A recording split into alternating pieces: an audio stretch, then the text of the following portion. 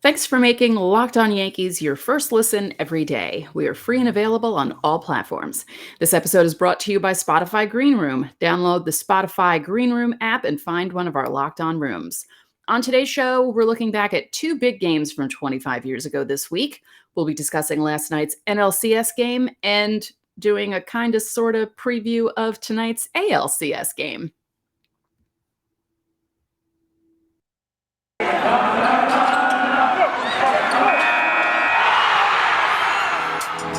You are Locked On Yankees, your daily New York Yankees podcast. Part of the Locked On Podcast Network, your team every day.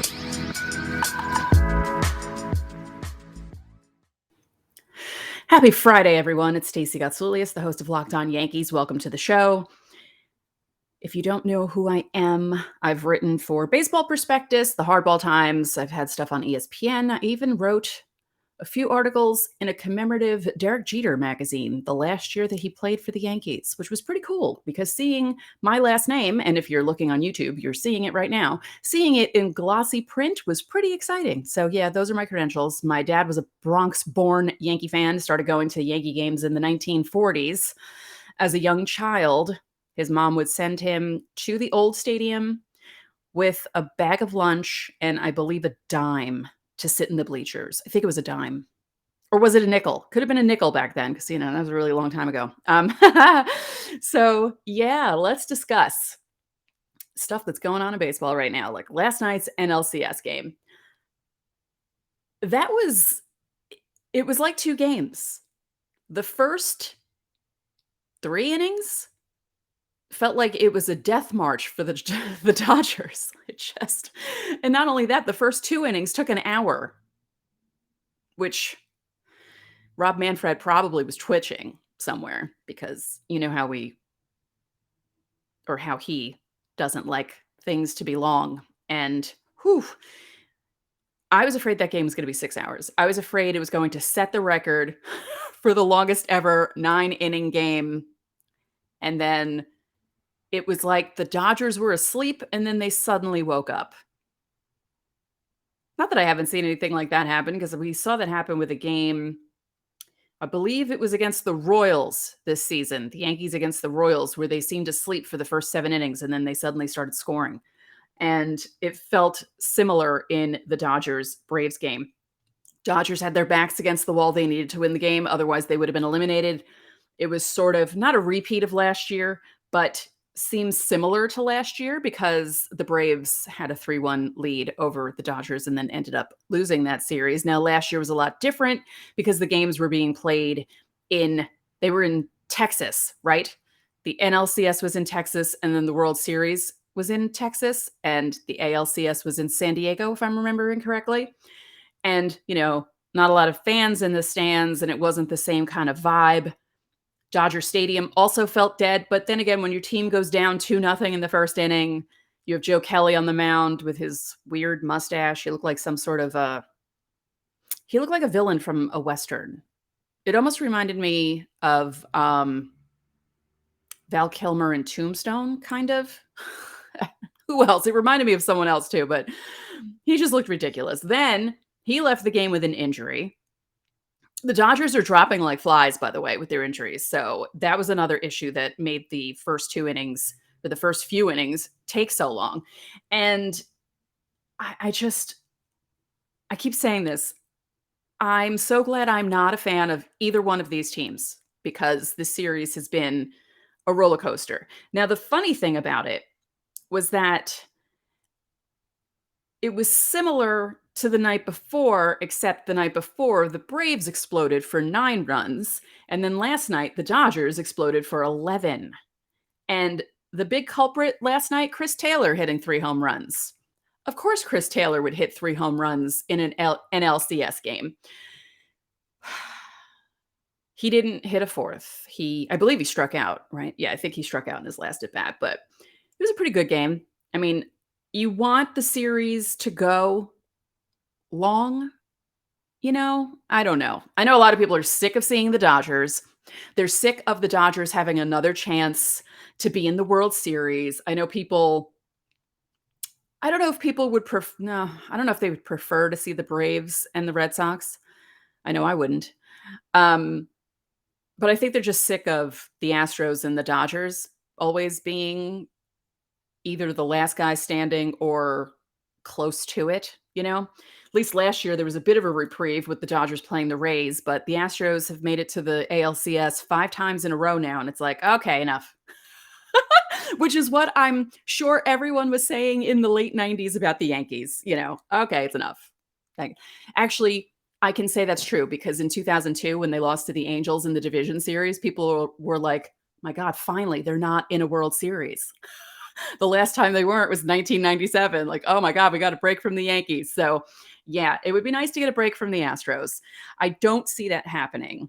Um, you know, Boston can win tonight, and we'll talk about that in segment 2, but, yeah, I don't think the Braves are dead, not in any way, because, again, it's different than last year. They're going home to play these 2 games. They're not playing in a neutral stadium in front of some of their fans and some Dodger fans. It's gonna be mostly Braves fans. There'll be some Dodger fans there, but it's gonna be a different vibe. Now, of course, facing Walker Buehler and Max Scherzer in back-to-back games is a lot different than facing Joe Kelly. So, yeah, I mean, the Braves, they just have to win one and move on. The Dodgers have the tougher task ahead of them because they have to win both games on the road. So it'll be interesting to see what happens. I will not make any predictions because I, I don't know. Anything can happen. I mean, who knew, as I said yesterday, Eddie Rosario would be like a playoff hero. And he had another good game last night too. It just the Braves didn't score as much as the Dodgers. Let's see, Chris Taylor's night. Let's talk about that because, my goodness, 4 for 5 with 6 runs batted in, 3 runs scored. Obviously, the 3 home runs that he hit, and that 1 strikeout. So, wait a minute. The Dodgers scored that's right, it was the bottom of the second. See, that the first 2 innings took so long that I didn't even remember that they scored all those runs in the bottom of the second. I thought it was the third because the game felt so long. Okay. So Atlanta scores the top of the first. The Dodgers score in the bottom of the second, bottom of the third. They only score 1 in the bottom of the third. Then 2 in the bottom of the fifth, 1 in the seventh, and then they explode for 4 runs in the eighth and just break the game open, and everyone's happy. The Braves were held to 5 hits. And the Dodgers exploded for 17. No errors on either side, so the defense was clean. But just those first 2 innings felt so long. My God. Kelly pitched 2/3 of an inning, gave up 2 runs, the 1 home run to Freddie Freeman. By the way, Freddie Freeman started off the series with, what was it, 5 or 6 straight strikeouts to start. And now, well, I shouldn't say now because yes, he had that first at bat. Let's see. Yeah, he was 1 for 4. So after the home run, they shut him down. That's a big key. Another big key is shutting down Rosario, which he was 2 for 4 last night. But as I said, they only had 5 hits. 2 of them were from Rosario, 1 from Albies, 1 from Freeman, the big one, and Swanson. Everyone else was quiet. So do the Dodgers have a chance? Of course they do. They're the friggin' Dodgers. So, we'll see what happens this weekend. And I'll have plenty to talk about on Monday because Saturday and Sunday are the games. So should be fun show on Monday when I get into the Yankees player reviews and discussing the NLCS and talking about who made the World Series because that'll be happening this weekend. Should be fun.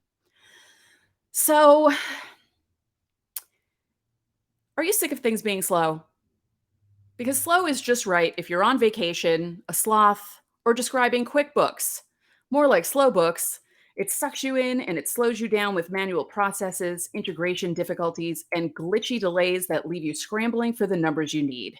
Now is the time to make the switch to NetSuite by Oracle, the #1 financial system because NetSuite gives you the visibility and control of your financials, inventory, HR, e-commerce, and more. It's everything you need to grow all in one place. With NetSuite, you can automate your processes and close your books in no time, no matter how big your business grows.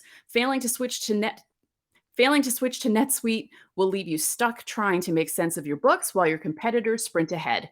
93% of surveyed businesses increase their visibility and control since switching to NetSuite. And right now, special financing is back. NetSuite is offering a one-of-a-kind financing programming only for those ready to switch today. Head to netsuite.com/lockedon. Right now, get special financing at netsuite.com/lockedon. That's netsuite.com/lockedon. Did you know that Built Bar has so many delicious flavors? There's something for everyone. And when you talk to a Built Bar fan, they're definitely passionate about their favorites. If you've listened to the show, if you've watched the show, you know that I love mint brownie. But the other flavors that you can get: coconut, cherry barcia, raspberry, double chocolate, salted caramel, strawberry, orange, cookies and cream, German chocolate. If you haven't tried all the flavors yet, you can get a mixed box where you get 2 of each of the 9 flavors. Not only are Built Bar flavors the best tasting, but they're healthy too. They have high protein, low calories, low sugar, and they're just good for you. Built Bar is the official protein bar of the U.S. track and field team, which is pretty cool. Go to built.com and use our promo code LOCKED15 and you'll get 15% off your order. And when you go to built.com and you order things, you start to get emails and they let you know about special flavors that aren't regular. And if you order them and try them, you might fall in love with something else. So again, go to builtbar.com, use our promo code LOCKED15 for 15% off at built.com.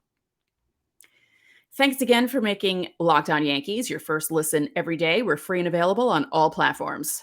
So I mentioned the ALCS. Tonight is a big game because Houston is heading back to Houston with a 1-game lead in the series. And if they win tonight, they will go to the World Series again. I'm sure everyone is very excited about this.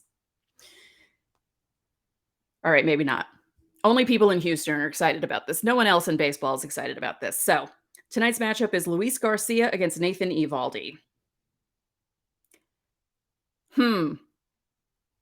This could be interesting, especially because of what happened to Evaldi last time he pitched, when they put him into that game and Houston did not stop scoring. So, yeah.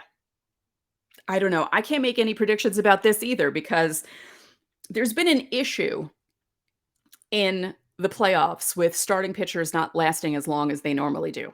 Some people were thinking that all of the issues that we're seeing with certain starting pitchers, with injuries, with them not pitching as well this year, has to do with the fact that last season was only 60 games. This year was 162.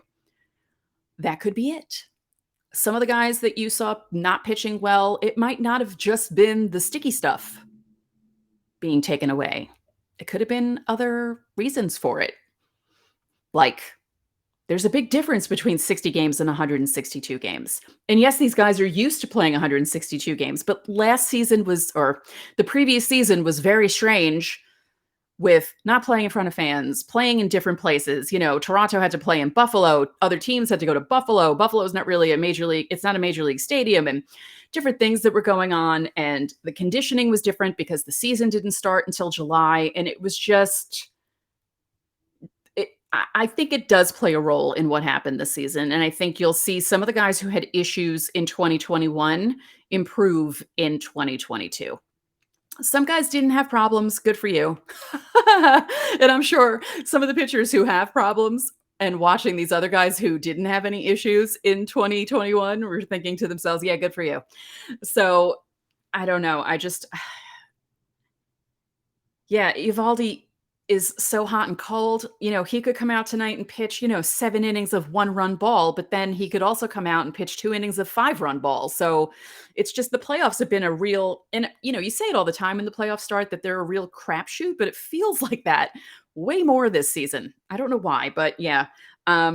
His ERA so far in the playoffs is 10.50, not helped again by that game where Cora brought him in and the Astros scored all those runs off him and who's the other pitcher? I can't think of his name. Hold on.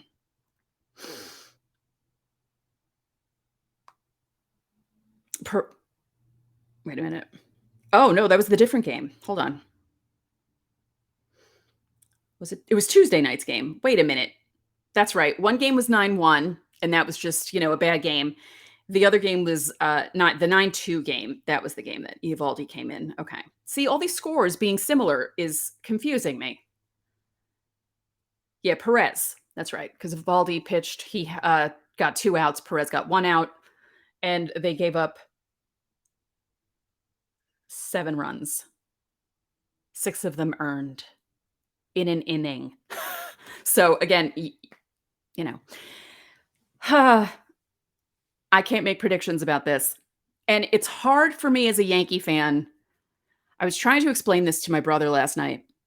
While I don't want the Astros to win anything, I would feel better if they made it into the World Series because people were predicting the Astros to be the Astros and be in the thick of everything again. The beginning of the season, no one was predicting the Red Sox to do anything. People were predicting them to be 4th behind the Orioles in the AL East. Everyone was talking about the Rays. Everyone was talking about the Yankees. Everyone was talking about the Blue Jays. People were ignoring the Red Sox. And if they came out and made it to another World Series, that would just be, that would be awful. It would be awful. I mean, the ALCS is a worst case scenario for most Yankee fans anyway. But I feel like because of that reason, I'd be more comfortable with the Astros making it because they were kind of expected to, and the Red Sox weren't. I mean, I feel dirty even saying that, and I feel dirty even admitting that I'd be pulling for the Astros tonight. Ugh. Again, in a perfect world, a meteor would be involved in the ALCS, but it's not happening. So we gotta pull for someone, and I guess pulling for the Astros over the Red Sox. I don't know. Ugh. Everything about it is awful for Yankee fans. This month has not been fun, and can't wait for it to end. Ugh, terrible. Does anyone else feel that way? Does anyone else feel that way? Especially the Yankees being eliminated in the wild card game against the Red Sox, and the way it happened with Cole just not doing anything. Stanton being the only guy really hitting. Well, Judge hit too, but Stanton was really the only guy that was really doing anything in those last few games. Just what an awful season. Because again, people were expecting the Yankees to do big things, and that just didn't happen. So yeah, go Astros. Can't believe I'm saying that. Brett and Eric of Locked On Astros are going to be like, whoa, did she actually say that? Yes. So anyway, that'll be an interesting, Monday will be interesting when we find out who is actually going to be playing in the World Series. I don't know. I have a feeling it's going to be Dodgers Astros again.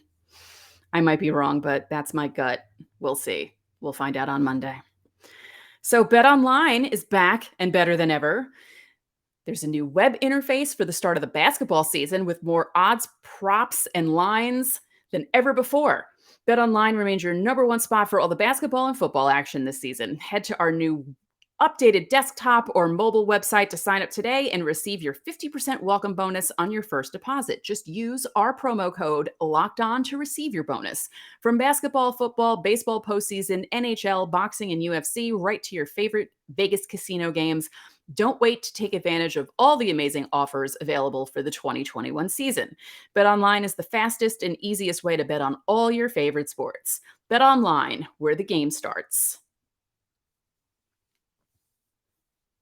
So let's discuss 1996. Now, today is an actual anniversary. We're also going to talk about 25 years ago tomorrow, because that was a big game, a very big game. And it's 25 years later, and I still can't believe it happened, but I think you know what I'm talking about. So if you recall, the 1996 World Series was delayed a day because of a rainout. And I was supposed to go to the game that was rained out, but I couldn't because I had to go back to school. Then again, it's probably better because I would have sat through the 12-1 thrashing in game one. So, I think I was better off not being at that game. So there was no off day between games 3 and 4. So game 3 happened on October 21st, 1996. Game 2 was on October 21st, and game 3 was on October 22nd. And this was a big matchup. David Cone against Tom Glavine. And I feel like this game is overlooked because of game 4 and the dramatic game 4 that it was. And even game 5, that was a dramatic game too, for other reasons. But I feel like this one got a bit overlooked because this was a big game. The Yankees found themselves down 0-2, losing the first 2 at home, heading to Atlanta for 3, and this was a must-win game. And they did win it. And this is how they did it. And they came out right away, too, which is pretty awesome. But let's go through the lineups because we love doing that here. Tim Raines in left, Derek Jeter at short, Bernie Williams in center, Cecil Fielder at first because National League Stadium, Charlie Hayes at third, Darryl Strawberry in right, Mariano Duncan at second, Joe Girardi catching, and as I said, David Cone was your starting pitcher. For Atlanta, Marquise Grissom in center field, Mark Lemke at second, Chipper Jones at third, Fred McGriff at first, Ryan Klesko in left, Javi Lopez catcher, Andrew Jones right field, Jeff Blauser shortstop, and Glavine was your starter. Let's see. Does anyone remember how the game started? Started with a Tim Raines walk. And then Derek Jeter sacrificed him to second. And then Bernie Williams hit a single that scored Raines. And that was the one run that they scored. But hey, considering considering between games 1 and 2, they were outscored 16-1. Having won in the first inning was better. So good for them. The Yankees scored again in the top of the 4th. Bernie Williams reached on an E6. Cecil Fielder walked.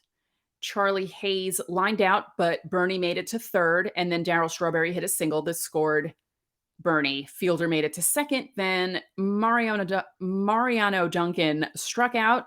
Joe Girardi walked, and David Cone hit a ground out. I mean, can't really expect David Cone to do anything at the plate. Now, the Braves got on the board in the bottom of the 6th, so it was a pretty tight game there. Only 2-0 Yankees, and they kept the Braves off the board until that 6th inning. Cone had a bit of trouble with his command control. He walked Glavine, which the pitcher walking the other pitcher that's usually a bad thing. Marquise Grissom hit a single. Mark Lemke hit a bunt pop fly. Chipper Jones walked. The bases loaded. Fred McGriff popped up to shortstop, and then Ryan Klesko walked with the bases loaded. And then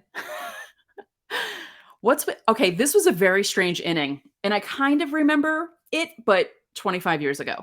So he walks Glavine, gives up a single, then a bunt pop fly, another walk, a pop fly, a walk, and then a foul pop fly to end the inning by Javi Lopez. Okay. So it's 2-1 at that point. In the top of the 8th, Derek Jeter hits a single off Greg McMichael. And let's see. Bernie Williams hit a home run. That's right. That scored Jeter. Put them up 4-1. Luis Sojo hit a single that put them up 5-1. Mark Lemke hit a single off Mo in the bottom of the 8th to make it 5-2. And that's all the Braves would do. And I'm trying to remember if anything... No, actually, you know what? Other than Javi Lopez reaching on an E6 in the bottom of the 9th against Wetland, nothing scary happened because he got Jones to strike out looking, Blauser to strike out swinging, and Terry Pendleton grounded out. Because if you recall, it was an adventure sometimes watching John Wetland pitch the 9th inning. And then when Mo became the closer and became such a powerful closer. I mean, sure, he had some meltdowns every once in a while, but he was like on the money and all the time. And just, that's why people are so hard on Aroldis Chapman and for other reasons. But we had so many years of Mariano Rivera, and people don't even remember what it was like before he became the closer. I remember, and yeah, John Wetland made things an adventure sometimes. So 5-2, Yankees get themselves back in it. The Braves are up 2-1 in the series. The next night, Wednesday, October 23rd, 1996. you know the game. Kenny Rogers started for the Yankees. Denny Nagel started for the Braves. The Braves were up 6-0 heading into the top of the sixth. Yeah, you know the game. Back at the track at the wall, we are tied. I still love that call. Joe Buck annoys me, but I love that call. I will always love that call. And it's just unbelievable to me that it was 25 years ago. That's crazy. And I'll keep saying this all week while I recall this World Series, because how is it 25 years ago? That's a long time ago. So let's look at the sixth inning when they scored 3 to cut the lead to 6-3, and the top of the eighth when they scored the 3 to tie the game. Now let's go through the lineups. Now, if you look at the box score on Baseball Reference, because of the way the game was, with Atlanta scoring 4 in the second, 1 in the third, 1 in the fifth, and going up 6-0, there were a lot of pitching changes and a lot of pinch hitting, and just, because it was National League, and it's just the box score is an absolute mess. But the starting lineup for the Yankees: Tim Raines in left, Derek Jeter at short, Bernie Williams in center field, Cecil Fielder at first, again, because National League, Charlie Hayes at third, then he moved to first at one point, Darryl Strawberry in right, Mariano Duncan at second, Joe Girardi catching, and again, Kenny Rogers was your starter. Do you remember how annoying Kenny Rogers was because he didn't do well in the playoffs, especially in the World Series, and then he was celebrating on the parade float as if he did do something? Anyone else my age remember how annoying that was? Okay. Atlanta, Marquise Grissom, center field, Mark Lemke, second base, Chipper Jones, third base, Fred McGriff first, Javi Lopez, catcher, Andrew Jones left, Jermaine Dye right, Jeff Blauser shortstop, and then Denny Nagel pitching.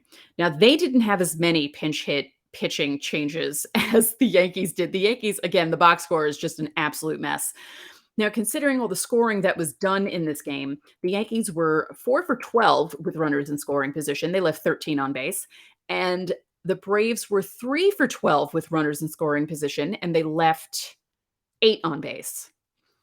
So we'll look at the inning where they scored 4 against my favorite person, Kenny Rogers. So that was the second inning. Okay. Fred McGriff started things off. Now, it wasn't a first pitch home run. It was on the fifth pitch of the at-bat in a 3-1 count, and he hit a home run. Javi Lopez walked. Andrew Jones walked. Jermaine Dye hit a fly ball to right that advanced Lopez from second to third. Jeff Blauser hit a single to Kenny Rogers, and Lopez scored. Jones made it to second base. Denny Nagel bunted, sacrifice bunt. Jones made it to third, Blauser to second. Marquise Grissom hit a double that scored Jones and Blauser that put them up 4-0. Then after Rogers came out in the bottom of the third, Brian Boehringer came in because Kenny Rogers gave up back-to-back singles. And then Javi Lopez hit a sac fly that scored Chipper Jones because he made it to third on Fred McGriff's single. In the bottom of the fifth, Andrew Jones hit a double that scored Chipper Jones, put the Braves up 6-0. And at that point, you're thinking, oh boy, Yankees are in trouble. It was nice of them to win that one game, but it might be over. Then Derek Jeter hits a single, Bernie Williams walks, Cecil Fielder hits a single that scores Jeter and Bernie Williams because he advanced on an E9. Fielder made it to second. Charlie Hayes hits a single that scores Fielder, also unearned because of that error. So the Yankees cut the lead to 6-3, and you're thinking, okay, it's better than 6-0. And then it's quiet until the top of the eighth. Mark Wohlers and his fantastic 1996 mullet come in. Yes. Okay. Charlie Hayes hits a single to third. Darryl Strawberry hits a single to left. Mariano Duncan grounds out. And then Jim Leyritz, 6-pitch at bat, and he hits the home run. And I remember the back at the track, at the wall, boom, when the ball hit the platform, I guess, where the camera was. We are tied. Call from Joe Buck that will never leave my head. And, oh, God, that was just amazing. And that's when you felt like things had turned around for the Yankees. It was almost like last night's game with the Dodgers, at first you're thinking, oh, 2-0. They're kind of sleepwalking through everything. And then they score those 3 runs in the bottom of the second. And you're thinking, wow, it's totally different now.